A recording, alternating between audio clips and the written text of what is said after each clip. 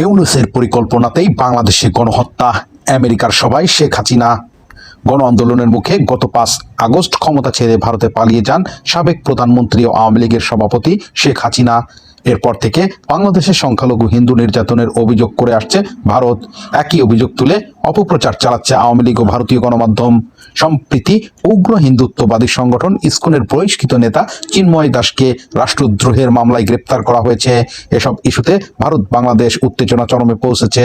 এবার এই উত্তেজনায় ঘি ঢাললেন শেখ হাসিনা।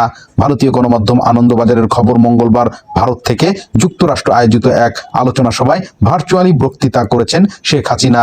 সেখানে বাংলাদেশের সম্প্রীতি, সংখ্যালঘু নিপীড়ন নিয়ে ডক্টর মোহাম্মদ ইউনূসের নেতৃত্বাধীন অন্তর্বর্তী সরকারকে দুষছেন তিনি। সেই সঙ্গে ট্রাম্পের সুরে সুর মিলিয়েই শেখ হাসিনা প্রশ্ন তুলেছেন, কেন বাংলাদেশে সংখ্যালঘুদের ওপর হামলা চলছে। নিউ ইয়র্কের ওই সভায় বাংলাদেশে সংখ্যালঘু জনগোষ্ঠী, ধর্মস্থান এবং ধর্মীয় সংগঠন ইসকনের উপর হামলারও নিন্দা করেছেন শেখ হাসিনা। ডক্টর ইউনূসকে নিয়ে বিস্ফোরক মন্তব্য করেন শেখ হাসিনা। বলেন, তার বিরুদ্ধে গণহত্যার অভিযোগ আনা হয়েছে, কিন্তু বাস্তবে ডক্টর ইউনূসই ছাত্র সমন্বয়কদের নিয়ে একটি সুনিপুণ পরিকল্পনার মাধ্যমে গণহত্যায় লিপ্ত হয়েছেন। তারই মাস্টারমাইন্ড। বিএনপির ভারপ্রাপ্ত চেয়ারম্যান তারেক রহমানকে নিয়ে মন্তব্য করে বলেন, সেই সময় তারেক রহমান লন্ডন থেকে বলেছেন, যদি মৃত্যু চলতেই থাকে তাহলে সরকার টিকে থাকবে না। দিল্লি যাওয়ার কারণও ব্যাখ্যা করেছেন শেখ হাসিনা।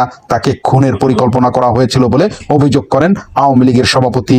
তার নিরাপত্তা রক্ষীরা তা ঠেকাতে যদি গুলি চালায় তাহলে গণভবনে বহু মানুষের মৃত্যু হতো। তিনি গণহত্যা চাননি, ক্ষমতায় থাকলে গণহত্যা হতো। এজন্যই তিনি ক্ষমতা ও দেশ ছাড়েন বলে জানান। মুক্তি 24।